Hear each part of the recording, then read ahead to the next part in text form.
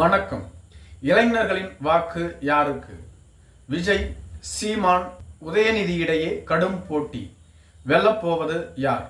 வரும் 2026ஆம் ஆண்டு நடைபெறவுள்ள தமிழக சட்டப்பேரவை தேர்தலில் திமுக தான் மீண்டும் ஆட்சி அமைக்கும் என பல்வேறு நிறுவனங்களின் கருத்து கணிப்புகள் கூறி வருகின்றன.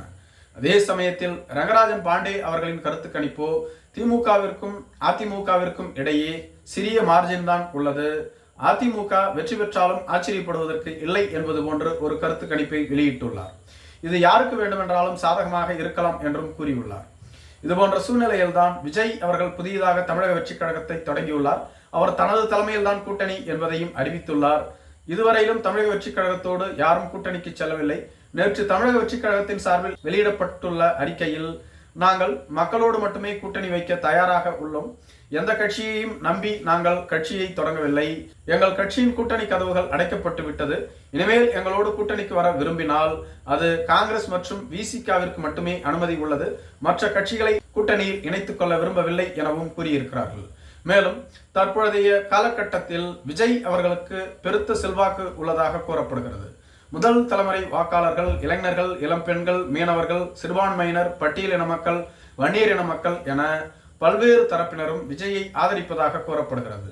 தற்பொழுது விஜய்க்கு தொகுதியில் 15லிருந்து 20% வாக்கு வங்கி கிடைக்கும் என்று கூறப்பட்டு வருகிறது. அதே சமயத்தில் ஒரு சில கருத்து கணிப்பு நிறுவனங்கள் 12% வாக்கு வங்கிக்கு குறைவாக பெறமாட்டார் விஜய் என்றும் கூறி வருகிறார்கள். அதே சமயத்தில் விஜயால் வெற்றி பெற்றுவிட முடியாது. விஜய் வெற்றி பெற வேண்டும் என்றால் அதற்கு கூட்டணி அவசியம். ஒரு வலிமையான கூட்டணியை உருவாக்கினால் மட்டுமே விஜயால் வெற்றி பெற முடியும். வலிமையான கூட்டணியை உருவாக்காமல் விஜயால் வெற்றி பெற முடியாது என பலர் கூறி வருகிறார்கள். மேலும் விஜய்க்கு இளைஞர்களின் ஆதரவு அதிகமாக உள்ளது.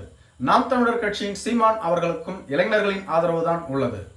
அதிமுக, திமுக என்ற இருபெரும் கட்சிகளும் 50 ஆண்டுகளாக தமிழகத்தை மாறி மாறி ஆட்சி செய்து வருகின்றன. இந்த இரு கட்சிகளும் பாரம்பரியமான கட்சிகள் என்பதனால் நடுத்தர வயது, இளைஞர்கள், முதியவர்கள் என அனைவரும் வாக்காளர்களாக உள்ளார்கள்.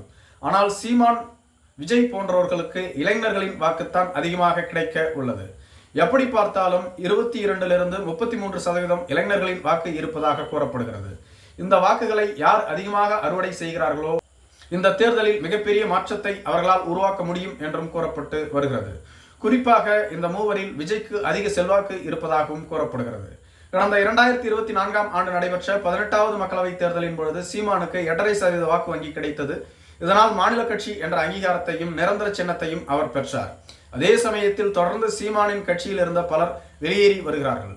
சீமான் முன்னுக்கு பின் முரணாக பேசுகிறார், தேவையில்லாமல் உளறுகிறார். இதனால் அவரோடு இருந்தால் மக்கள் நம்மை மதிக்க மாட்டார்கள். மேலும் அவர் தமிழ் தேசியத்தை முன்னெடுத்தார். தற்பொழுது தமிழ் தேசிய கருத்துக்களை பேசாமல் எதையோ பேசிக் கொண்டிருக்கிறார். தமிழக மக்களுக்கான கட்சி என கூறிக்கொண்டு தமிழக மக்களின் வளர்ச்சிக்காக அவர் என்ன செய்து விட்டார்? எதையுமே செய்யவில்லை என அவர் கட்சியினரே அவர் மீது குறை சொல்லி வெளியேறி வருகிறார்கள்.